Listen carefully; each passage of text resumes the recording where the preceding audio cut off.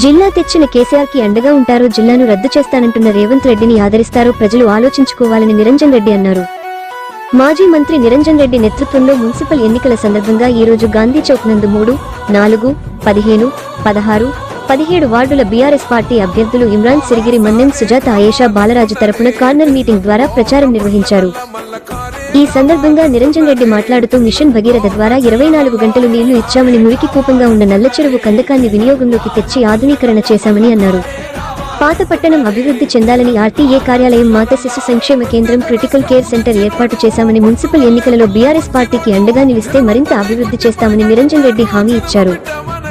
మహిళలకు 2500, ఆసరా పింఛన్లు 4000, తులం బంగారం, కేసీఆర్ కిట్టు, విద్యార్థినులకు స్కూటీలు, ధాన్యానికి బోనస్, గ్యాస్ సబ్సిడీ, రైతులకు రైతు భరోసా, రైతు రుణమాఫీ, రైతు బీమా బకాయిలు చెల్లించాకే ఓట్లు వేస్తామని కాంగ్రెస్ పార్టీని నిలదీయాలని నిరంజన్ రెడ్డి పిలుపునిచ్చారు. మాజీ శాసన మండలి చైర్మన్ స్వామిగౌడ్ మాట్లాడుతూ ఉద్యమ నాయకునిగా అనేకసార్లు వనపర్తి వచ్చాను. ఆ రోజు పట్టణ పరిస్థితి ఏమిటి, నిరంజన్ రెడ్డి హయాంలో అభివృద్ధి అయిన పట్టణ పరిస్థితి ఏమిటో బేరీజు వేసుకుని ప్రజలు విజ్ఞతతో ఓటు వేయాలని అన్నారు. రోడ్ల విస్తరణ, మార్కెట్ సముదాయం, మహిళా అగ్రికల్చర్ కళాశాల, జిల్లా ఏర్పాటు, ఐటీటవర్, జేఎన్టీయూ కళాశాల వంటి పథకాలు తెచ్చిన ఘనత నిరంజన్ రెడ్డిదని కొనియాడారు. 10 ఏండ్లలో అనితర సాధ్యమైన అభివృద్ధి సాధించారని, కాబట్టి కారు గుర్తుకు ఓటు వేసి గెలిపించాలని విజ్ఞప్తి చేశారు.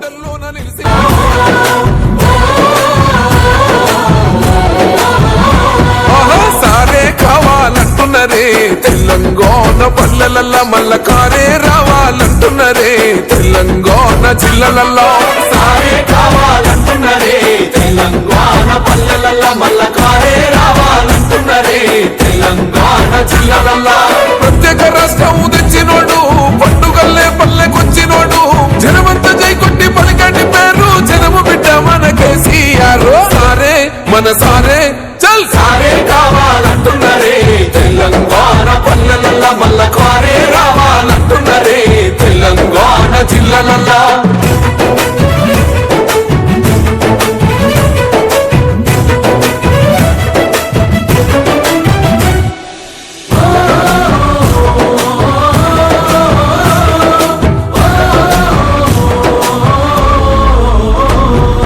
ఏండ్ల నుండి వెనుక బాటు చూసిండు, ఎత్తుకున్నాడమ్మ గులాబీ జెండా, సాగు నోటిలోన తలపెట్టినాడు, స్వరాష్ట్ర పొద్దై వదిలినాడు, పథకాలు ఎన్నో పంచినడమ్మ, ప్రజల గుండెల్లోన నిలిసినడమ్మ, 2000 ఇచ్చే పెంచను నేడు 5000కు పెంచుతానండు, కళ్యాణ లక్ష్మితో కన్న తండ్రై కొట్టమించి కాళ్ళు కడిగిండయో, కేసీఆర్ ప్రతి ఇంటికి ధీమా అందించునే 5 లక్షల బీమా. సారే మన సారే పెద్ద సారే కావాలంటున్నరే, తెలంగాణ పల్లెలల్ల మల్ల కారే రావాలంటున్నరే, తెలంగాణ జిల్లలల్లా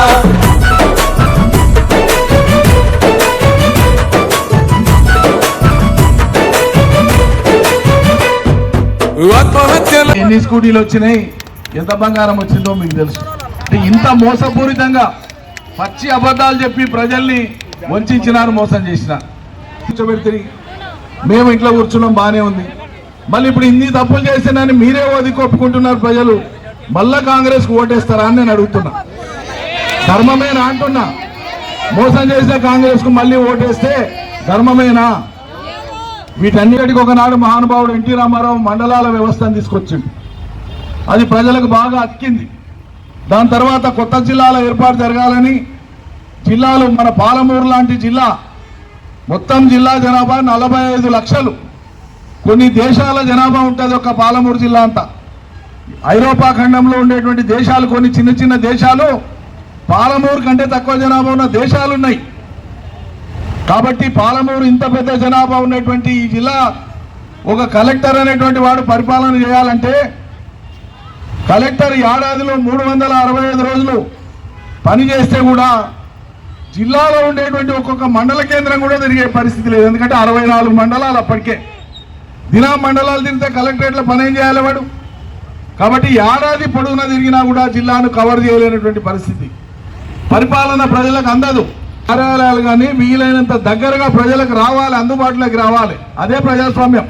అందుకోసమే కేసీఆర్ మొత్తం తెలంగాణలో ఆనాడు 10 జిల్లాలు ఉండే తెలంగాణ వచ్చినాడు. వాటిని 33 జిల్లాలైనా సరే ప్రజల్ని మోసం చేయొచ్చు అనేటువంటి విధానం అమల్లోకి వచ్చేస్తుంది. దానికి ఆస్కారం ఇవ్వద్దు అని చెప్పి చేతులు జోడించి మిమ్మల్ని అందరినీ కూడా ప్రార్థిస్తూ కారు గుర్తు మీద రేపు 11 తారీఖు నాడు ఓటు వేయాలి, వేపియాలి. మీ చుట్టబంధువులు వేరే వార్డులలో ఉంటే కూడా వాళ్ళకు కూడా ఒక ఫోన్ చేసి చెప్పాలి. ఇది మీ బాధ్యత అనుకొని దయచేసి చేయండి. అవతల వాళ్ళు ఏదైనా పైసలు ఎక్కువైనటువంటి పని ఏమైనా చేస్తే కొరిగేది కొరగండి, నున్న కొరగండి, చేయాల్సినటువంటి పని తప్పకుండా కారుకు ఓటేసి మీ అభిమానాన్ని చాటుకోండి అని చెప్పి నేను మనవి చేస్తూ జై తెలంగాణ. చూస్తే చాలా ఆశ్చర్యం వేసింది. ఏంది ఇది వనపర్తేనా? ఇదేంది మా తెలంగాణ గడ్డ? హైదరాబాదే సిగ్గుపడే పరిస్థితి ఉంది. హైదరాబాద్ లో ఒక బండి పెడితే ఇంకో బండి పోదు. కానీ వనపర్తిలో బంగారం లాంటినటువంటి వ్యక్తి, ఇంటిగ్రేటెడ్ మార్కెట్. వనపర్తిని ఎవరు ఏం చేశారో కానీ నేను చూసిన తర్వాత నిరంజన్ రెడ్డి గారు రోడ్లు ఇక్కడ ఉన్నటువంటి ఇంటి వాళ్ళతోటి మాట్లాడి రోడ్లు కట్ చేసి ఈ విధంగా రోడ్లు వెడల్పు చేయటం నిజంగా ఈ పట్టణ అభివృద్ధి మీరు కళ్ళారా చూస్తున్నారు. అదొక్కటే చేయలే. కేసీఆర్ గారికి ప్రియమైనటువంటి శిష్యుడిగా ఉన్న మా అన్న నిరంజన్ రెడ్డి గారు, ఆయన వ్యవసాయ శాఖ మంత్రిగా ఉండి వారు అడిగినటువంటి మాట ఒకటి, మనగాడు హార్టికల్చర్ కాలేజ్, అదే విధంగా అగ్రికల్చర్ కాలేజ్, ఒక్క అగ్రికల్చర్ కాలేజ్ రాజేంద్ర నగర్ లో ఉండేది. ఇలా అగ్రికల్చర్ కాలేజ్ వనపర్తికి తీసుకొచ్చిండు. ఇది రాష్ట్రంలోనే మొట్టమొదటిది. ఇంకా ఎక్కడ తెలంగాణలో ఎక్కడ లేదు, ఒక్క వనపర్తిలోనే ఉంది.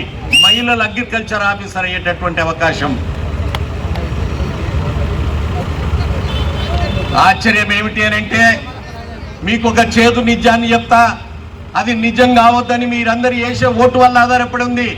ఆ కాలేజీలో ఇప్పుడు ఫస్ట్ ఇయర్ అడ్మిషన్స్ ఆపారంటే దాని అర్థమైంది 2 సంవత్సరాల్లో ఉన్నటువంటి పిల్లలు వెళ్ళిపోయిన తర్వాత ఆ కాలేజీలో అడ్మిషన్ లేదని ఆ కాలేజీని ఇంకో ప్రాంతానికి మార్చడానికి ఒక కుటిల ప్రయత్నం జరుగుతూ ఉంది. మన బిడ్డలు కాలేజీలో చదువుకోవాలా, నిరంజన్ రెడ్డి తెచ్చిన కాలేజీని బంద్ చేయాలా?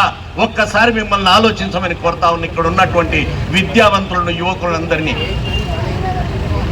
ఈ విధంగా అభివృద్ధిని అడ్డుకోవడానికి చేస్తున్నటువంటి ప్రయత్నం, నిరంజన్ రెడ్డి గారు చేసినటువంటి ఏవి కూడా ఇక్కడ ఉండకుండా వనపర్తిలో ఆయన పేరెవడు తలవకుండా చేయడానికి జరుగుతున్నటువంటి ప్రయత్నం అభివృద్ధి కాదు. చేసిన అభివృద్ధిని ధ్వంసం చేస్తా ఉన్నారు, ధ్వంసం చేయడానికి ప్రయత్నం చేస్తా ఉన్నారు. అందుకే మీకు విజ్ఞప్తి చేస్తా ఉన్నా, వనపర్తి అభివృద్ధి కాపాడుకోవాలంటే, ఇంకా కాలేజీలు రావాలంటే, పిల్లలు చదువుకోవాలంటే, ఇక్కడ 1000 మంది నివాసం ఉండాలనంటే, లక్షల మంది నివాసం ఉండాలంటే ఈ అభివృద్ధి కొనసాగాలి. అంతేగాని ఇస్తామని చెప్పినటువంటి ఇవ్వకపోవడం, ఇచ్చినటువంటి వాటిని ధ్వంసం చేయడం, ఇది ఎంత మటుకు సమంజసం? ఒక రాజకీయ పార్టీ చేయాల్సిన పని కాదు ఇది. అందుకే నేను వారికి విజ్ఞప్తి చేస్తా ఉన్నా, ఈ రాష్ట్ర ముఖ్యమంత్రి గారు ఇదే వనపర్తి పట్టణంలో చదువుకున్నాడు. ఈ వనపర్తి పట్టణంలో చదువుకున్నటువంటి యువకుడుగా ఇక్కడ ఉన్నటువంటి యువకులకు చేయాల్సింది ఏమిటి? ఇక్కడున్న అమ్మాయిలకు చేయాల్సింది ఏమిటి? వాళ్లకు విద్యా బుద్ధులు రావాలి, విదేశాలకు పోవాలి, ఇక్కడ అభివృద్ధి జరగాలి.